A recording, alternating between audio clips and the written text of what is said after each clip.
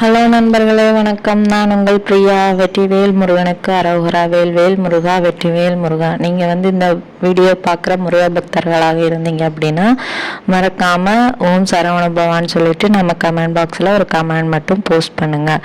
இப்போ வாங்க நம்ம பதிவுக்குள்ளே போகலாம். நம்ம இன்னைக்கு பார்க்கக்கூடிய பதிவு என்ன அப்படின்னு பார்த்தீங்கன்னா, நாளைக்கு நம்மளுக்கு திருகார்த்திகை தீபம் டிசம்பர் 13 வருதுங்க. இந்த திருகார்த்திகை தீபம் நம்ம எதனால கொண்டாடுறோம் அப்படின்னா, நம்மளுக்கு அடிமுடி தெரியாத அண்ணாமலையார் ஜோதி ஸ்வரூபமா, அதாவது அக்னி ஸ்வரூபமா காட்சி தந்தனால தான் நம்ம திருகார்த்திகை தீபமா கொண்டாடுறோம். நாளைக்கு என்ன ஸ்பெஷல் அப்படின்னா, நாளைக்கு வெள்ளிக்கிழமை இந்த திருகார்த்திகை தீபம் வருதுங்க. இந்த கார்த்திகை தீப திருநாளில் நம்மளுக்கு வெள்ளிக்கிழமை வர்றது சுக்கிர பகவானும் லட்சுமி தாயாரும் உகந்த நாள் தான் இந்த வெள்ளிக்கிழமை. அதே மாதிரி இது கிருத்திகை நட்சத்திரத்தில் வரனால முருகப்பெருமானுக்கும் உகந்த நாள், அதே மாதிரி அண்ணாமலையாரான சிவபெருமானுக்கும் இது உகந்த நாள். இப்படி எல்லா தெய்வங்களோட அம்சங்களும் பொருந்தி வரக்கூடிய நாள்னால நாளைக்கு ரொம்பவும் மிகவும் விசேஷமாக சொல்லப்படுது. ஸோ நாளைக்கு உங்களுக்கு தீர்க்க முடியாத கடன் பிரச்சனை, அப்புறம் உங்களுக்கு வேறு ஏதாச்சும் பிரச்சனைகள் ரொம்ப நாளாக நிறைவேறாமல் இருக்குது அப்படின்னா, நீங்கள் நாளைக்கு முருகப்பெருமானுக்கோ இல்லை பொதுவாக ஏதோ ஒரு கடவுளுக்கோ நீங்கள் இதை ட்ரை பண்ணலாம். இது வேறு எதுவும் இல்லை, நம்ம எப்பவும் நம்மளோட முருகப்பெருமானுக்கு போடக்கூடிய 6 தீப வெற்றிலை விளக்கு தான். இந்த 6 தீப வெற்றிலை விளக்கு உங்களுக்கு எப்படி போடணும்னு தெரிஞ்சிருக்கும். உங்களுக்கு இதுக்கு தேவையான பொருள் 6 வெற்றிலை, ஒரு சின்ன தாம்பலம் இருந்ததுன்னா தாம்பலம், இல்லாட்டி ஒரு அகல் விளக்கு, அப்புறம் கொஞ்சம் நெய், அப்புறம் ஒரு பஞ்சுத்திரி, அப்புறம் பூக்கள் அலங்காரம் பண்ணுவதற்கு இவ்வளவு நாளைக்கு உங்களுக்கு தேவைங்க. இது நீங்கள் உங்களோட பூஜை அறையில் ஏற்றக்கூடிய தீபம். 6 வெற்றிலை காம்பு கிள்ளி எடுத்து வச்சுக்கோங்க. வச்சுட்டு அந்த வெற்றிலையில் மஞ்சள் குங்குமம் போட்டு வச்சு நடுவில் இந்த அகலில் வச்சு அதுக்கு மேலே நெய்யோ இல்லை நல்லெண்ணெய்யோ ஊற்றி நீங்கள் தீபம் ஏற்றுங்க.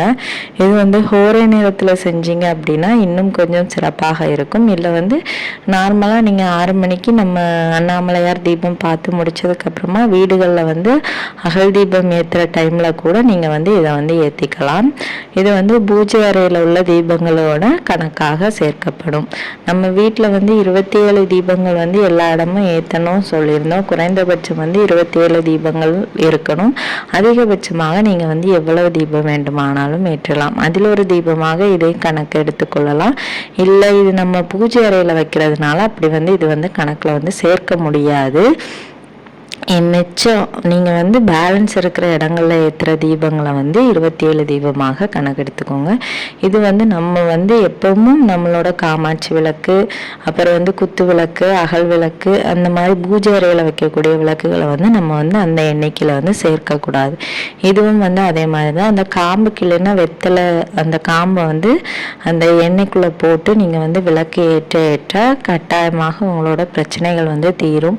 இது இந்த கிருத்திகை மட்டும்தான் செய்யணுமான்னு கிடையாது. மாதந்தோறும் வரக்கூடிய கிருத்திகைகளையும் செய்யலாம், செவ்வாய்க்கிழமையிலையும் செய்யலாம், வெள்ளிக்கிழமைகளையும் செய்யலாம். செஞ்சுட்டு வர வர கட்டாயமாக உங்களுக்கு இந்த சொந்த வீடு வாங்கணும்னு இருக்கிறவங்க, நிலம் வாங்கணும்னு இருக்கிறவங்க, அப்புறம் திருமண தடை நீங்காமல் இருக்கிறவங்க, இவங்கெல்லாம் இதை செய்யலாம். உங்களுக்கு ஒருவேளை நாளைக்கு செய்ய முடியாமல் போச்சு, பெண்களுக்கெல்லாம் உடல்நிலை சரியில்லாமல் போகும். ஸோ அந்த மாதிரி இருக்கிறவங்க நீங்கள் தான் கட்டாயமாக செய்யணும்னு கிடையாது.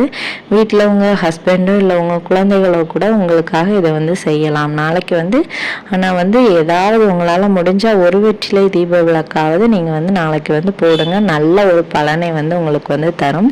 உங்களுக்கு என்ன நைவேத்தியம் செஞ்சு வைக்க முடியுமோ அதை வைங்க. அந்த வெற்றிலை அலங்காரம் பண்ணுவதற்கு எந்த பூக்களாக இருந்தாலும் நாளைக்கு எப்படி நீங்கள் பூஜைக்கு பூக்கள் வாங்கி வச்சுருப்பீங்க, அந்த பூவில் ஒரு 6 பங்கு எடுத்து நீங்கள் அதில் வச்சுருங்க. அதுவும் அந்த உதிரி பூக்களாக இருந்தால் மிகவும் சிறப்பாக இருக்கும். நம்மளுக்கு வைக்கிறதுக்கும் ஈஸியாக இருக்கும். உங்களுக்கு எந்த கடவுளுக்கு நாளைக்கு என்ன நாமங்கள் சொல்லி உங்களுக்கு வழிபாடு செய்யணும்னு தோணுதோ அதை செய்யுங்க. அண்ணாமலையாருக்கு அரோகரா சொல்லலாம், வெற்றிவேல் முருகனுக்கு அரோகரா சொல்லலாம், லட்சுமி தாயாரே போற்றி சொல்லலாம், சுக்கிர பகவானே போற்றி சொல்லலாம். எப்படி உங்களுக்கு சொல்லணும்னு தோணுதோ எந்த நாமத்தை வேண்டுமானாலும் நாளைக்கு நீங்கள் சொல்லலாம். கட்டாயமாக உங்கள் வேண்டுதல்கள் வந்து நிறைவேறும். நாளைக்கு வரக்கூடிய இந்த மாலை வேளையில் வந்து நீங்கள் வந்து இந்த விளக்கை வந்து போட்டு ட்ரை பண்ணுங்கள். கண்டிப்பாக உங்களோட பிரச்சனைகள் தீர்ந்து உங்கள் குடும்பத்திலையும் வந்து ஒரு நல்ல ஒரு நிலைமையை வந்து எட்ட முடியும். இந்த பதிவு வந்து உங்களுக்கு உபயோகமாக இருக்கும்னு நினைக்கிறேன். உபயோகமாக இருந்துச்சு அப்படின்னா லைக் பண்ணுங்கள், ஷேர் பண்ணுங்கள். இந்த வீடியோவின் முழு பதிவை பார்த்ததற்கு மிக்க நன்றி.